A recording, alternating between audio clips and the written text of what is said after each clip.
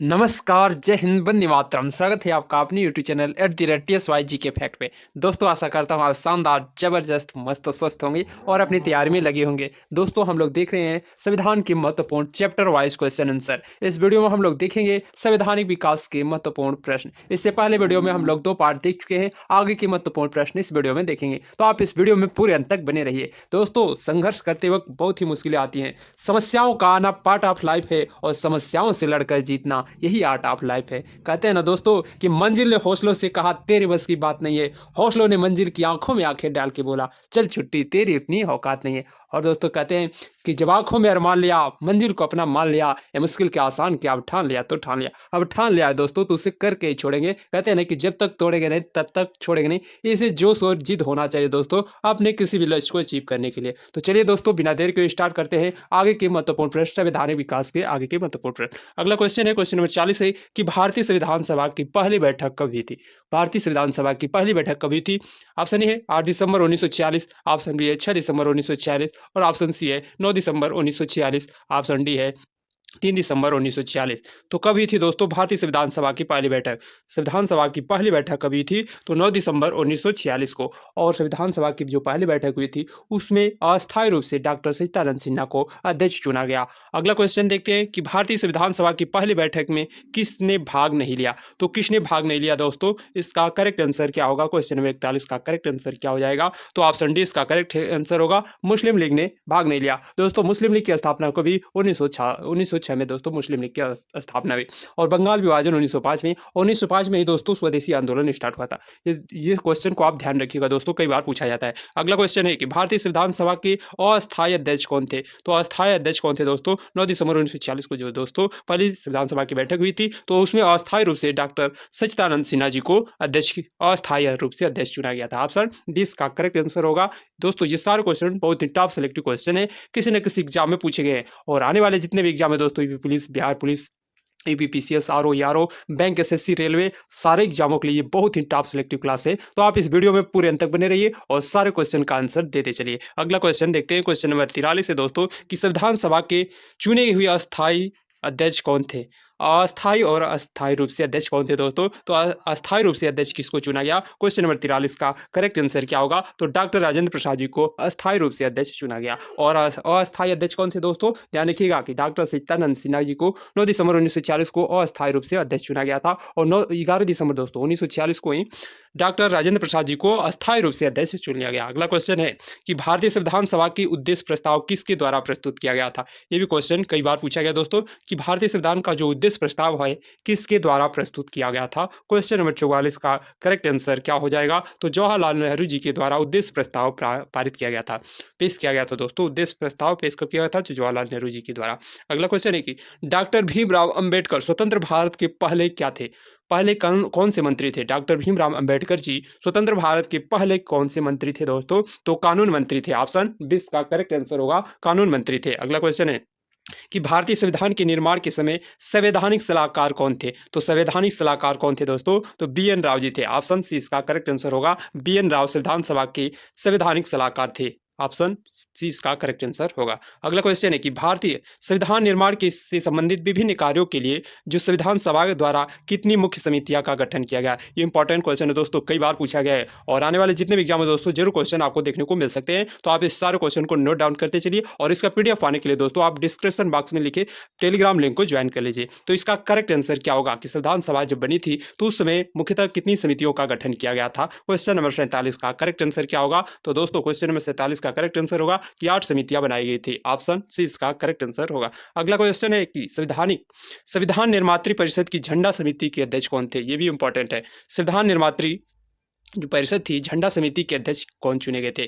तो कौन थे दोस्तों? Option A doctor Rajendra Prasad, option B Jawaharlal Nehru और ऑप्शन सी है सरदार वल्लभ भाई पटेल और ऑप्शन डी है महात्मा गांधी। इसका करेक्ट आंसर क्या होगा? तो इसका correct answer doctor Rajendra Prasad ji को झंडा समिति के अध्यक्ष चुने गए थे। ऑप्शन ए इसका करेक्ट आंसर होगा। अगला क्वेश्चन है, क्वेश्चन नंबर 49 है दोस्तों कि भारतीय संविधान सभा की प्रांतीय संवैधानिक समिति के अध्यक्ष कौन थे? ये भी इंपॉर्टेंट है दोस्तों कि भारतीय संविधान सभा की प्रांतीय संविधान समिति के अध्यक्ष कौन थे? ऑप्शन ए बाल Gangadhar Tilak, doctor Shyama Prasad Mukherjee, option C है डॉक्टर भीमराव अंबेडकर और ऑप्शन डी है सरदार वल्लभ भाई पटेल। इसका करेक्ट आंसर होगा दोस्तों सरदार वल्लभ भाई पटेल को प्रांतीय संविधान समिति के अध्यक्ष चुने गए थे? ऑप्शन डी इसका करेक्ट आंसर होगा। अगला क्वेश्चन है कि भारतीय संविधान सभा ने डॉक्टर बी.आर. अम्बेडकर की अध्यक्षता में 7 सदस्यीय प्रारूप समिति का गठन कब किया गया? प्रारूप समिति का गठन कब किया गया? ये इंपॉर्टेंट क्वेश्चन है, जरूर इसको नोट डाउन कर लीजिए दोस्तों।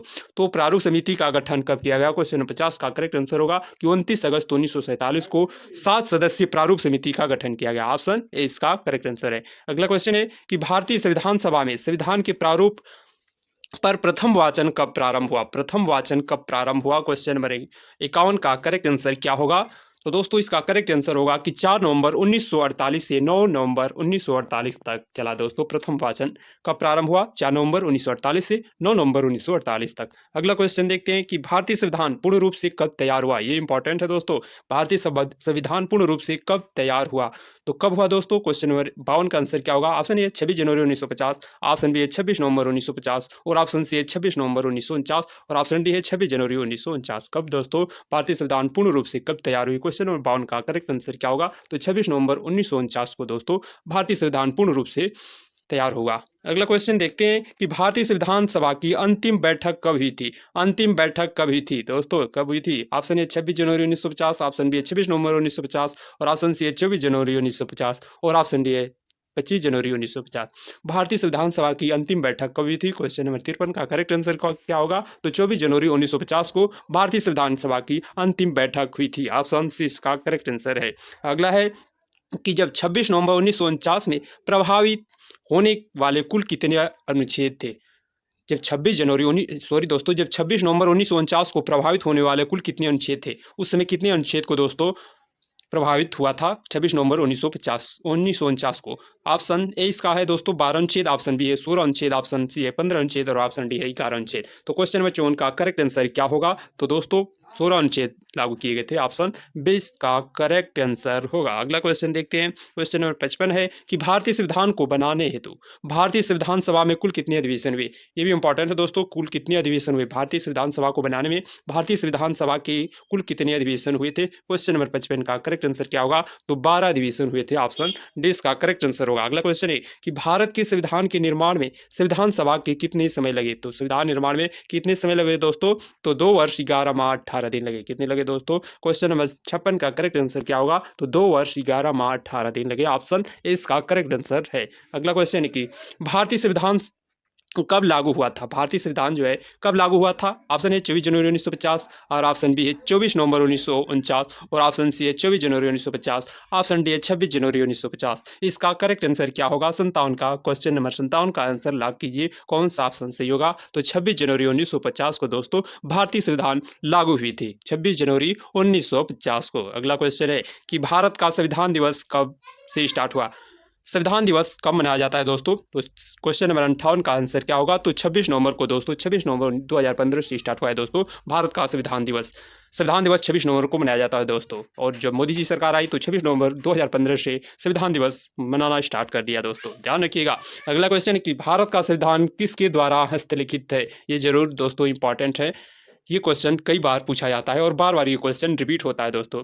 भारत का संविधान किसके द्वारा हस्तलिखित है? क्वेश्चन नंबर 59 का आंसर क्या होगा? तो प्रेम बिहारी नारायण रायजादा के द्वारा दोस्तों भारत का जो संविधान है हस्तलिखित है, प्रेम बिहारी नारायण रायजादा के द्वारा। अगला क्वेश्चन है कि भारत की संविधान की प्रारूप समिति के अध्यक्ष कौन थे? तो प्रारूप समिति के अध्यक्ष कौन थे दोस्तों? तो डॉक्टर भीमराव अंबेडकर जी प्रारूप समिति के अध्यक्ष थे। ऑप्शन ए इसका करेक्ट आंसर होगा। ऑप्शन ए दोस्तों प्रारूप समिति के अध्यक्ष डॉक्टर भीमराव अंबेडकर जी थे। अगला है कि स्वतंत्रता के बाद भारत के पहले वित्त मंत्री कौन थे? स्वतंत्रता के जो बाद दोस्तों भारत का पहला वित्त मंत्री कौन थे? तो क्वेश्चन नंबर 61 का आंसर क्या होगा? तो आर के शंडुमुखम शेट्टी थे। आर के शंडुमुखम शेट्टी भारत के पहले वित्त मंत्री थे। स्वतंत्र भारत के पहले वित्त मंत्री आर के शंडुमुखम शेट्टी थे। अगला है कि निम्नलिखित में से कौन स्वतंत्र भारत के पहले कानून मंत्री थे? तो कानून मंत्री कौन थे दोस्तों? क्वेश्चन नंबर 62 का करेक्ट आंसर क्या होगा? तो कानून मंत्री विधि मंत्री डॉक्टर भीमराव अंबेडकर जी थे। स्वतंत्र भारत के प्रथम कानून मंत्री और विधि मंत्री जिसे कहा जाता है दोस्तों कौन थे? तो बी.आर. अंबेडकर जी थे। ऑप्शन 20 का करेक्ट आंसर होगा। अगला है कि स्वतंत्र भारत के प्रथम शिक्षा मंत्री कौन थे? शिक्षा मंत्री कौन थे दोस्तों? 63 का करेक्ट आंसर क्या होगा? तो मौलाना अबुल कलाम आज़ाद। अबुल कलाम आज़ाद जी दोस्तों स्वतंत्र भारत के पहले शिक्षा मंत्री थे। ऑप्शन 20 का करेक्ट आंसर है।